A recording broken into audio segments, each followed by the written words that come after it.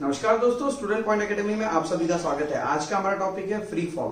तो दोस्तों free fall मतलब क्या है और फ्री फॉल ये कैसे होता है। तो फ्री फॉल मतलब होता है फॉलिंग फ्रीली, यानी किसी ऑब्जेक्ट का ऊपर से नीचे गिरना, वो भी विदाउट एनी ऑब्स्ट्रक्शन, यानी फ्री फॉल होता है। और इसे बहुत अच्छे से समझने के लिए, इसके बारे में डिटेल में जानने के लिए आपको ये वीडियो पूरा देखना है। तो आइए दोस्तों शुरू करते हैं।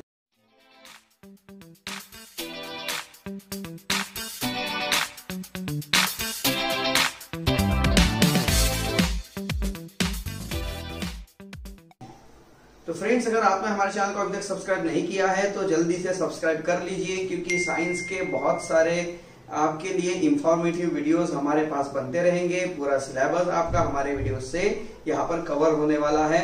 तो दोस्तों देखिए, फ्री फॉल को समझने से पहले यहाँ पर हमें एक अच्छी सी एक्टिविटी करनी है, छोटी सी। तो दोस्तों एक्टिविटी में क्या है कि आपको अपने हाथ में, एक हाथ में स्टोन को पकड़ लेना है। जब आप स्टोन को अपने हाथ में पकड़ोगे तो आपको वो भारी लगेगा। अब आपको ये ध्यान में रखना है या फिर ये समझने की कोशिश करनी है कि उस स्टोन पर अब कौन सा फोर्स एक्ट हो रहा है। तो दोस्तों जब आप इस एक्टिविटी को करेंगे तो आपको समझ में आएगा कि स्टोन पर दो फोर्स एक्ट हो रहे हैं। ऐसी सिचुएशन में दो फोर्स एक्ट होते हैं। एक स्टोन पर जो अप्लाइड फोर्स होता है, जो हमारे द्वारा लगाया होता है, ओके, जो हमने उसको अपने हाथ से पकड़ के रखा है, उसे कहते हैं अप्लाइड फोर्स। ये एक फोर्स। दूसरा एक फोर्स होता है ग्रेविटेशनल फोर्स। ये दोनों फोर्स स्टोन पर एक्ट कर रहे होते हैं। अब स्टोन यहाँ पर जैसे हमने भी पकड़ के रखा तो स्टोन बैलेंस है। अभी स्टोन ना ऊपर जा रहा है ना नीचे जा रहा है, क्योंकि इसे पकड़ के रखा गया है। इसका मतलब यहाँ पर दोनों फोर्स रखते हैं, अप्लाइड फोर्स और एक्सेलरेशन। अप्लाइड फोर्स पकड़ के रख रहा है, मतलब उसे ऊपर की ओर उठा के रख रहा है, और ग्रेविटेशनल फोर्स उसे नीचे की ओर खींचने की कोशिश कर रहा है। मतलब ये दोनों फोर्स जो है यहाँ पर अपोजिट फोर्स है, ओके। और ये अपोजिट फोर्स बैलेंस होने के कारण ये स्टोन जो है वो अभी एक जगह पर रुका हुआ है। तो now let us release the stone. As soon as we release the stone it falls down due to earth gravitational force. तो दोस्तों जैसे ही हम स्टोन को रिलीज कर देंगे, छोड़ देंगे, तो ये स्टोन सीधा सीधा नीचे जाकर गिर जाएगा, और वो होगा अर्थ के ग्रेविटेशनल फोर्स के खींचे जाने के कारण। तो we know that the force of gravity due to the earth act on the each and every object। तो दोस्तों हमारे अर्थ में जितने भी ऑब्जेक्ट हैं, इन सभी ऑब्जेक्ट पर, हर ऑब्जेक्ट पर फोर्स ऑफ ग्रेविटी मतलब ग्रेविटेशनल फोर्स एक्ट करता है। When the stone was held in the hand, even at that time the stone was experienced this force। तो जब स्टोन को हाथ में पकड़ के रखा गया है इस समय, ओके, स्टोन को छोड़ने से पहले जब हम हाथ में पकड़ के रखते हैं तो ये जो फोर्स है, ये फोर्स स्टोन पर भी एक्ट होता है, जिसे हम ग्रेविटेशनल फोर्स कहते हैं।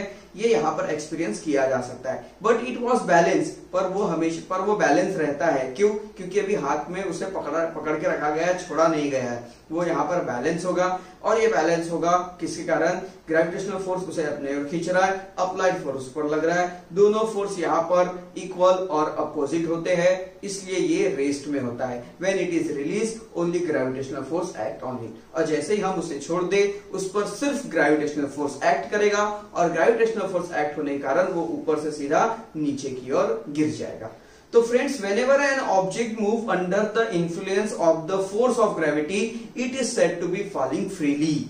तो जब भी कोई ऑब्जेक्ट ऊपर से छुटता है और जमीन में गिरता है, टकराने से पहले तक ये जो डिस्टेंस है, इसे कहते हैं अंडर द इन्फ्लुएंस, ओके। मतलब विदाउट एनी एब्स्ट्रक्शन, बिना किसी रुकावट के वो ऑब्जेक्ट ऊपर से नीचे गिरता है, उसे ही हम कहते हैं freely falling. Here release stone is free fall. तो यहाँ पर जो हमने एक्टिविटी देखी है, इस एक्टिविटी में स्टोन को जब नीचे छोड़ा गया तो इसे हम कहेंगे फ्री फॉल।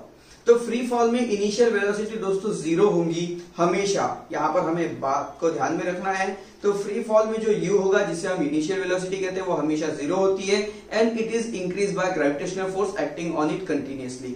और यहाँ पर जैसे ही ऑब्जेक्ट को छोड़ा जाता है तो हर पॉइंट पर, नीचे गिरते तक हर पॉइंट पर उसकी स्पीड कंटिन्यूअसली बढ़ती चली जाती है। क्योंकि ऐसा इसलिए होता है क्योंकि इस पर कंटिन्यूअसली ग्रेविटेशनल फोर्स एक्ट हो रहा होता है। एक सिंपल सा एग्जांपल है, जब हम डाउन द हिल जाते हैं, नीचे पहाड़ से नीचे की ओर उतरते हैं, हमारी साइकिल की स्पीड कंटिन्यूअसली, बाइसाइकिल की स्पीड कंटिन्यूअसली बढ़ती चली जाती है। ये क्यों होता है? कि ग्रेविटेशनल फोर्स पर कंटिन्यूअसली एक्ट हो रहा है। उसी तरह से जब ऊपर से कोई चीज नीचे गिरती है तो उस पर भी एक ग्रेविटेशनल फोर्स एक्ट हो रहा होता है, इसलिए हर पॉइंट पर उसकी स्पीड बढ़ती चली जाती है। तो during a free fall frictional force due to air resist motion of the object and beyond force also act on it. तो जैसे दोस्तों फ्री फॉल जब होता है, ऑब्जेक्ट ऊपर से नीचे गिरता है, तो हमारे अर्थ के आसपास प्रेजेंट है एटमॉस्फेयर, एटमॉस्फेयर में है एयर, और एयर ये एक माध्यम है, एयर ये एक मीडियम है, इसलिए तो हमारी आवाज आप तक पहुंच पाती है। ओके, एयर जो है साउंड को ट्रांसपोर्ट करता है। तो यहाँ पर हम साउंड की तो बात नहीं कर रहे, मुझे बस मीडियम समझाना था आपको। तो हवा जो है, एयर ये एक मीडियम है, और पानी भी एक मीडियम है। आप इस बात को मैं समझाने से पहले आपको एक वाटर का एग्जांपल दूंगा। यदि हम किसी स्टोन को वाटर में डालते हैं तो स्टोन धीरे धीरे धीरे धीरे नीचे की ओर जाता है, नीचे जाके बैठ जाता है। ओके, अब हम हवा में अगर स्टोन को फेंके तो स्टोन स्पीडली आके नीचे गिरता है। दोस्तों यहाँ पर फर्क क्या है, देखो हवा भी एक माध्यम है, मतलब मीडियम है, वाटर भी एक मीडियम है, पर वाटर के जो मॉलिक्यूल ये डेंस होते हैं, इसलिए उसमें फ्रिक्शनल ज्यादा होता है, इसलिए वो धीरे धीरे नीचे जाता है। हवा के जो मॉलिक्यूल्स होते हैं यहाँ पर ये ज्यादा डेंस नहीं होते हैं, बहुत ज्यादा भरे हुए नहीं होते, लूज होते हैं, तो हवा को चीरते हुए पत्थर जल्दी नीचे चला जाता है। पर दोनों समय क्या हो रहा है, तो यहाँ पर एक ऑब्स्ट्रक्शन हो रहा है। एक ऑब्स्ट्रक्शन मतलब यहाँ पर एक अपोजिशन होता है, मतलब हवा क्या कर रही है, हवा चाहती है पत्थर को रोकना, क्योंकि every object in the universe remains to constant. Newton's के हिसाब से हर ऑब्जेक्ट इस दुनिया में जैसा है वैसा ही रहना चाहता था, हवा जैसी वैसी रहनी चाहती, पर हवा को हटा के स्टोन नीचे जाने की कोशिश कर रहा होता है यहाँ पर। तो हवा क्या करती है, एयर अपने तरफ से एक अपोजिट फोर्स, एक फ्रिक्शनल फोर्स यहाँ पर जनरेट करती है, जो स्टोन के मोशन को यहाँ पर थोड़ा सा स्लो कर देता है। साथ में हर मीडियम में एक बियॉन्ड फोर्स होता है जो उसे ऊपर की ओर ढकलने की कोशिश करता है। वाटर के हिस्से में आपको समझाने की कोशिश करूंगा। जब भी आप किसी चीज को पानी में फेंकते हो, वो थोड़ी सी आपके प्रेशर के कारण पानी में जाती है और उसके बाद वो ऊपर आ जाती है। ओके, जैसे तैरने वाली चीज की बात करें तो यहाँ पर हुआ, ऐसा क्यों हुआ है, क्योंकि पानी में एक फोर्स है जो पानी उसे ऊपर की ओर वापस ढकलने की कोशिश करता है, जिसे हम कहते हैं बाउंड फोर्स, और यही बाउंड फोर्स एयर में भी होता है। तो जब भी कोई ऑब्जेक्ट फ्रीली फॉल होता है तो उस पर दो फोर्स एक्ट करते हैं, एक एयर का जो फ्रिक्शनल फोर्स होता है वो, और दूसरा उसका एक बियॉन्ड फोर्स। इसलिए फ्री फॉल एयर के प्रेजेंट में पॉसिबल नहीं है, it is possible only in a only vacuum. इसलिए एयर के बारे में, अगर फ्री फॉल के बारे में बात करें तो फ्री फॉल सिर्फ और सिर्फ वैक्यूम पर पॉसिबल है, क्योंकि वैक्यूम मतलब खाली स्पेस, खाली जगह जहां पर हवा भी नहीं होती। ऐसी जगह पर अगर आप एक भारी ऑब्जेक्ट और एक हल्का ऑब्जेक्ट, मतलब एक आप आयरन बॉल ले लीजिए जिसका मास बहुत ज्यादा हो, और एक फीदर ले लिए, किसी बर्ड्स का एक पंख ले लिए, दोनों को अगर आप छोड़ेंगे तो दोनों एक साथ नीचे आएंगे। पर अगर आप यही एक्टिविटी अर्थ में करते हो तो यहाँ पर एयर प्रेजेंट है, तो यहाँ पर क्या होगा, फीदर स्लोली नीचे गिरेगा और बॉल पहले चला जाएगा, जो आयरन बॉल होगा। तो ये डिफरेंस है दोस्तों फ्री फॉल में। इसलिए फ्री फॉल जो है ये वैक्यूम में ही पॉसिबल है। So friends, for freely falling object, the velocity on reaching the earth and the time taken for it by freely falling object can be calculated using Newton's equation of motion. तो दोस्तों कोई भी object जब ऊपर से नीचे की ओर गिरता है तो वहां के उनके बीच में एक डिस्टेंस है, वो डिस्टेंस उसे कवर करना होता है। उस डिस्टेंस में जब ऑब्जेक्ट ऊपर से छूटा तो उस समय उसकी इनिशियल वेलोसिटी तो हमेशा भाई जीरो रहने वाली यहाँ पर। तो इनिशियल वेलोसिटी जीरो थी, अर्थ में पहुंचने तक के उसकी स्पीड, मतलब उसकी वेलोसिटी यहाँ पर कंटिन्यूअसली बढ़ती गई। इस स्पीड को अगर हमें मेजर करना है तो इसमें हम न्यूटन्स के जो तीनों इक्वेशन हैं, तीनों इक्वेशन की मदद यहाँ पर हम ले सकते हैं। तीनों काइनेमेटिकल इक्वेशन जो है न्यूटन्स के, ये तीनों इक्वेशन की यहाँ पर हम मदद ले सकते हैं, और इन्हीं के इक्वेशन से इसके वेलोसिटी को मेजर किया जाता है। तो दोस्तों, for freely falling object acceleration is G. तो जब भी कोई ऑब्जेक्ट फ्रीली फॉल हो रहा है तो उसमें एक्सेलरेशन को यहाँ पर हम जी मानेंगे, क्योंकि यहाँ पे फ्री फॉल की बात हो रही है। तो एक्सेलरेशन इज इक्वल टू जी, क्योंकि एक्सेलरेशन हो रहा है ग्रेविटी के कारण। ओके, तो इसलिए यहाँ पर एक्सेलरेशन को स्मॉल जी मान लिया जाएगा। इनिशियल वेलोसिटी u रहेगी और इनिशियल वेलोसिटी हमेशा जीरो होगी। The modified equation of motion for freely falling bodies are, और इसके लिए हमें न्यूटन्स के जो इक्वेशन है उसे मॉडिफाई करना होगा। तो दोस्तों न्यूटन्स के काइनेमेटिकल इक्वेशन और यहाँ पर फ्रीली फॉल के लिए उन इक्वेशन का यूज किस तरह से करेंगे, एक एक बातें मैं आपको बहुत बारीकी से समझाने वाला हूं। तो सबसे पहला अगर हम इक्वेशन देखें तो वो है v is equals to u plus at. तो दोस्तों यहाँ पर हमने बताया कि u की वैल्यू तो 0 रहेगी इनिशियल वेलोसिटी, तो 0 प्लस 80 ही रहेगा। अब a के बदले यहाँ पर एक्सेलरेशन, a मतलब है एक्सेलरेशन, तो एक्सेलरेशन के बदले यहाँ पर g हमें यूज करना है। तो हमें यहाँ पर फॉर्मूला मिल जाता है v is equals to g t. उसके बाद दूसरा फॉर्मूला है s is equals to u t plus 1/2 at square. अब s मतलब है वही डिस्टेंस, तो डिस्टेंस अगर हमें मेजर करना है तो u into T plus 1/2 at square. अब u इंटू टी, अब u मतलब यहां पर आ जाएगा इनिशियल वेलोसिटी, t मतलब टाइमिंग। अब इनिशियल वेलोसिटी हमें फॉर्मूले में रखना है वही 0, तो 0 इंटू टाइमिंग, तो यहाँ पे पूरी तरह से 0 हो जाएगा। तो यहाँ पर हमारे पास s इज इक्वल्स टू रह जाएगा 1/2 एटी स्क्वायर। अब a के बदले तो हमें g रखना है, क्योंकि एक्सेलरेशन के बदले हमने यहाँ पे g रखा है, तो हमें नया फॉर्मूला मिल जाता है s is equals to 1/2 g t square. अब नेक्स्ट फॉर्मूला देखते हैं, v square is equals to u square plus 2as। Okay, तो यहां पर देखिए u के बदले 0 रखना है, तो 0 का स्क्वायर 0 हो जाएगा, तो v square is equals to हमारे पास बच जाएगा 2as। a के बदले g रख देना है, क्योंकि एक्सेलरेशन मतलब a है, और भाई एक्सेलरेशन के बदले हम यहाँ पर g सपोज कर रहे हैं, तो यहाँ पर हमें v स्क्वायर की वैल्यू मिल जाएगी 2gs। तो ये तीनों फॉर्मूले दोस्तों, अगर काइनेमेटिकल इक्वेशन के तीनों फॉर्मूले अगर आपको याद है तो आप उसकी मदद से भाई फ्री फॉल के लिए जो इक्वेशंस है न्यूटन्स की, उसका आप यूज इजीली यहाँ पर कर सकते हैं, और इन्हीं फॉर्मूले की मदद से इसके इक्वेशंस भी सॉल्व होंगे।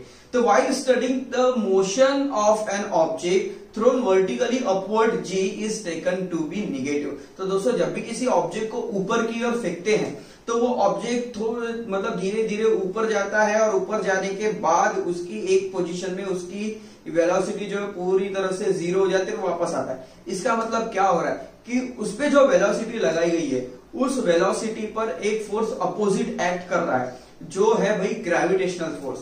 तो ये अपोजिट फोर्स है, ये उसे अपनी ओर खींचने की कोशिश कर रहा है। तो इसलिए जब भी कभी अगर कोई ऐसा इक्वेशन आया या कहीं कोई ऐसा क्वेश्चन आया जिसमें बात हो रही है कि किसी ऑब्जेक्ट को ऊपर की ओर फेंका गया है, ओके, तो उसकी वेलोसिटी क्या है, ओके, इस चीज के बारे में अगर हम बात होगी तो उस समय ग्रेविटी की वैल्यू हमें निगेटिव लेनी होगी, क्योंकि ग्रेविटी ऑब्जेक्ट को अपनी ओर पीछे खींचने की कोशिश कर रही है। तो जब भी कोई ऑब्जेक्ट पीछे ढकलने की कोशिश करता है तो वो निगेटिव हो जाता है। तो यहाँ पर ग्रेविटी की वैल्यू निगेटिव होगी ऐसे सिचुएशन में, क्योंकि यहाँ पर क्या होता है भाई, एक्सेलरेशन ये अपोजिट होता है, okay, opposite to the gravity, मतलब एक्सेलरेशन जो हो रहा है वो ग्रेविटी के अपोजिट में हो रहा है, और ग्रेविटी की ही वैल्यू को यहाँ पर वेलोसिटी कहा गया, तो एक्सेलरेशन है वेलोसिटी के अपोजिट हो जाएगा, इसलिए एक्सेलरेशन मतलब g की वैल्यू यहाँ पे हमें माइनस लेना पड़ता है, वो भी कब, जब किसी ऑब्जेक्ट को नीचे से ऊपर की ओर फेंका जाए तब। तो magnitude of g is the same, but velocity of object decrease because of the gravitational force. तो जब भी किसी ऑब्जेक्ट को ऊपर की ओर फेंकेंगे तो फेंकते समय उसका मैग्नीट्यूड सेम रहेगा, ओके, बस उसकी जो ग्रेविटी की जो वेलोसिटी ग्रेविटी की जो वैल्यू है ये कंटिन्यूअसली डिक्रीज मतलब कम होते चली जाएगी। So friends, the moon and the artificial satellite are moving only under the influence of gravitational field of Earth, so they are in free fall। तो दोस्तों जो मून और आर्टिफिशियल सैटेलाइट जो होती है वो हमारे अर्थ के आसपास ये मूविंग कर रही है under the influence, okay, of the gravitational field. ये ग्रेविटेशनल फील्ड में अंडर द इन्फ्लुएंस ये मोशन कर रही है, और इसलिए ये फ्री फॉल में है। तो दोस्तों क्या आप जानते हैं, as per Newton's law of gravitation, Earth's gravitational force is higher on object of larger mass। कि न्यूटन्स के लॉ ऑफ मोशन के हिसाब से अगर हम देखें तो जिस ऑब्जेक्ट का मास ज्यादा होगा उस पर अर्थ का ग्रेविटेशनल फोर्स ज्यादा एक्ट करेगा, ओके। तो but the object with larger masses does not fall down with higher velocity as compare to an object lower masses. पर ऐसा देखा गया है, आप एक एक्सपेरिमेंट कर सकते हैं, किसी हाइट पर आपको जाना है और वहां पर दो अलग अलग मास, जैसे दो स्टोन ले लिए, दोनों स्टोन का यहाँ पर भाई मास अलग अलग होगा, एक छोटा पत्थर होगा एक बड़ा पत्थर होगा, दोनों को एक साथ ऊपर से नीचे छोड़ देना है। आप देखोगे कि दोनों के दोनों ऑब्जेक्ट एक साथ नीचे गिरेंगे, भाई एक का मास ज्यादा है एक का मास कम है, पर फिर भी ऐसा क्यों हुआ कि वो दोनों एक साथ गिरे? It is because the value of g is the same for all object at given on the earth. ये इसलिए होता है क्योंकि ग्रेविटी की वैल्यू अर्थ में हर प्लेसेस पर सभी ऑब्जेक्ट्स के लिए एक जैसी है। Okay, any therefore any two object when drop from the same height fall freely and will reach at the same time. और इसलिए किसी भी दो ऑब्जेक्ट को हम एक साथ अगर ड्रॉप करें तो वो एक साथ एक समय पर नीचे की ओर गिरते हैं। The time taken by freely falling object to reach the earth does not depend upon the mass of any other properties of the object। तो जो भी freely falling object जो है, ओके, अगर ये हेवियर ऑब्जेक्ट थोड़े मतलब भारी वाले ऑब्जेक्ट है तो इनके मास पर डिपेंड नहीं करता है कि वो कितने स्पीड में गिरेंगे। उनके मास पर डिपेंड नहीं करता है। किसी का मास बहुत कम है, किसी का मास ज्यादा है, तो दोनों का मास अलग अलग है, इसलिए हल्का एक भारी है, इसलिए ये स्लो अर्थ पर आएगा या फिर स्लो फ्री फॉल होगा। ऐसा उस पर मास पर डिपेंड नहीं करता क्योंकि ग्रेविटी की वैल्यू सबके लिए एक जैसी है। ऐसा ही एक एक्सपेरिमेंट गैलीलियो ने भी किया है in 1590 in Italian city of Pisa। तो Galileo dropped two shape of different masses from leaning tower of Pisa to demonstrate that both the sphere reach the ground at the same time। तो Galileo ने क्या किया भाई, जो leaning tower है पीसा में, वहां पर वो गए और वहां से उन्होंने दो डिफरेंट मासेस के ऑब्जेक्ट को नीचे की और छोड़ा। अब जब वो दोनों नीचे आए तो देखा गया कि दोनों सेम स्पीड में एक साथ नीचे आए। बट यहाँ पर एक बात सोचने वाली है, बट यदि हम एक फीदर ले, ओके, पंख जो बहुत हल्का होता है, और एक स्टोन ले और दोनों को एक साथ छोड़े, तो दोस्तों यहाँ पर ऐसा होगा कि स्टोन पहले गिरेगा और फीदर लेट गिरेगा। पर यहाँ पर अगर बात मास की हो रही कि भाई मास पर डिपेंड नहीं करता, फिर ऐसा यहाँ पर क्यों है? ऐसा इसलिए हुआ क्योंकि स्टोन फीदर जो है ये स्टोन से मच लेसर है, मतलब उसका मास बहुत कम है। बहुत ज्यादा कम होने के कारण इतना कम है कि हवा उसको रोक पा रही है, और स्टोन का जो मास है वो थोड़ा ज्यादा होता है, इसलिए हवा उसको रोक नहीं पाती।